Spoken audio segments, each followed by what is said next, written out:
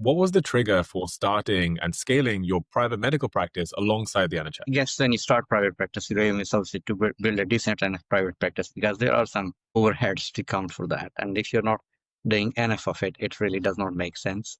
I had taken a break from private practice for a few years, and I have come back now. So I want to sort of scale it up so that it makes financial sense. Yeah, understood. And I wanted to ask you, like, how do you communicate evidence-based care in a way that patients understand? So we have a lot of guidelines. So some procedures are NICE recommended. So I think the evidence base for them is very simple to communicate that they have been nationally recognized. There are many other procedures which are internationally recognized as beneficial for the patients in chronic pain. So it is relatively easy for the common procedures. There are some procedures, however, where the evidence base is not that strong, and I am fairly open to the patient that the evidence base for these things are not that strong. And it is always a mutual agreement of whether things should go ahead or not. Even if the evidence base is strong, it's a mutual decision whether we go ahead with the procedures or not. Yeah, amazing, great. And also, like what you're saying, perfect. I would probably recommend maybe talking more and longer because if you say lots of stuff, we can just get the best bits. But if you say less stuff, then we have less to work with in terms of like editing team. So just say, and you can, you can waffle. You can say, like, don't worry about that. We'll get rid of all that anyway. So just talk to your highest desire, and then we'll get the best bits anyway. So yeah. But other than that, the information you're saying is amazing and very, I think, valuable to other consultants and other healthcare professionals. Okay, so the next question I wanted to ask is like, what is working the best for you right now in terms of growing your private practice? Is it GP referrals? Is it consultant to consultant referrals? Insured directories, self-pay from digital platforms? So I'll ask the question more formally. What's working best right now to grow your private medical practice? Is it perhaps GP referrals, consultant to consultant referrals, insured directories, or perhaps just self-pay digital platforms? It is various different things. There's word of mouth referrals, self-pay patients, referral from colleagues. And then there are some referrals which are come from the insurance companies themselves. What's working best for you right now in terms of like where you're seeing the most growth in and most inquiries coming from? Probably self-pay. And I think that in part is related to obviously the word of mouth and the people knowing about this, but I think in part also related to the fact that the NHS has got long waiting time. Okay, understood. And how do you feel like you've been able to tap into self-pay market?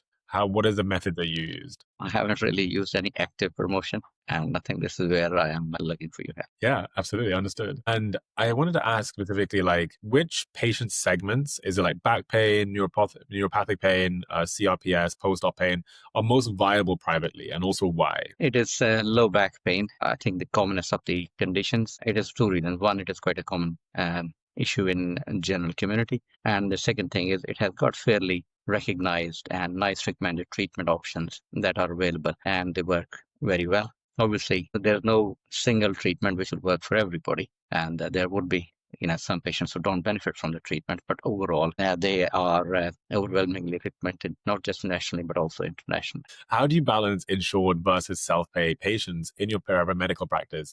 And has that mix shifted post-pandemic? I personally don't manage them, so basically I have clinic slots available, and it is on really first come, first served basis. And these clinic slots are filled irrespective of whether they are self-pay or insured patients. I don't have separate clinics for these categories. Certainly, I think post-pandemic, the self-pay patients proportion has increased. And as I said, that this is perhaps partly due to the fact that the NHS waiting times are long for so many of these issues. Yeah, understood. Understood. And I wanted to ask specifically, like, what is one thing that you tell your younger self who's just starting up their private medical practice to help them shortcut their journey and get to where you are, even faster? I think just starting private practice without having a plan and a focus on expanding your private practice is perhaps a very slow progress. You really need to have a strategy. And obviously, when I initially joined private practice in 2010, things have changed a lot since then. And the social media is playing a big part, and various other strategies. So I think you need to be more focused and start promoting your services more in a more focused way. I was going to say more aggressively. That's not the right word. Do you remember how you got your very first private medical patient? I think it was a referral from a colleague. Referral. Okay, nice, understood. And what do you feel like has been the biggest factor for growing your private practice so far? So far, I think the fact is that overall in the whole region, there is a paucity of appointments with the pain consultants. At the moment, within Ipswich, Colchester, and Bury St. Edmunds, there are 3 pain consultants. And obviously, we take our holidays and leave and various other things. So I think that perhaps has led to this, that there's some more than I expected uptake of the private practice patients. Yeah. Understood. And obviously, you mentioned another thing about social media and marketing as a whole. Do you think things like how important to you is like marketing, social media, websites? Have you tried anything? Has anything really made a difference to your private practice? I haven't tried that. I hope that they will make a difference to my private practice. I think the other issue is that there are some patients who have literally knocked on 3, 4 doors before seeing me. If somebody, let's say, need to see a rheumatologist, they should be able to go to a rheumatologist, same as the pain consultants. So a lot of the time they will go to a spinal surgeon and they'll say surgery is not needed, and they'll go to someone else. They'll have some scans, and they will eventually come to me. So I think part of the this promotion thing, actually want people to know that the service that they need might be just seeing a pain consultant rather than going through 3, 4 different avenues before coming to the pain clinic. How important is it to have a good PA and admin team on your side in your private medical practice? Okay, so I already had a discussion with my secretary. She was away. That's why I sort of postponed the meeting. There have been quite few reports from the patients that they are having difficulty accessing her and all that. And I discussed that issue with her.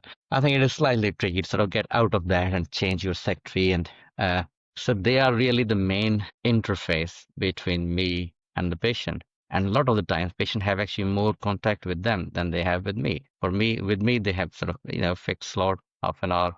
They come and they leave. And if they have to contact somebody for changing their appointments, doing something, some inquiries, letter not received, whatever it is really the admin team and the secretary. And I do want it to be better. It's not that brilliant at the moment. But yeah, she did say that she has a lot on her plate and she's sort of trying to um, fizzle out a few things. She can concentrate more on this work. It is quite important. I'm not sure whether I have got it right in the sense, but I think in one way, when you are working in a hospital, when you have got a secretary who's working for other consultants, part of the secretarial team of the hospital and all that, you are in one way sort of tied into the arrangement to some extent. So I don't know whether there's an easy escape.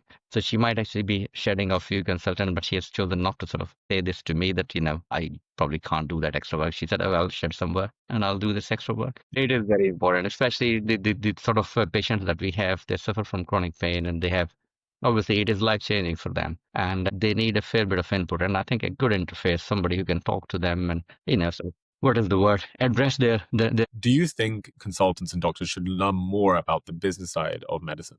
I certainly learn more. I think I do feel shy talking about money with the patients. So even if people who have brought cash with them, I say, I don't, somebody will deal with the money side of things. I deal with the professional side of things. So far, that's the attitude that I have kept. However, once I have seen a couple of people privately myself, remember one of them basically was an online booking where you had to pay upfront before the booking would be made. And I am thinking whether there should be. Currently, I have got a clinic, but what I hope is that I'll be able to do 3 clinics in a week. And I want some of that to be a bit like that, where people can access the appointments online. They can see what is available.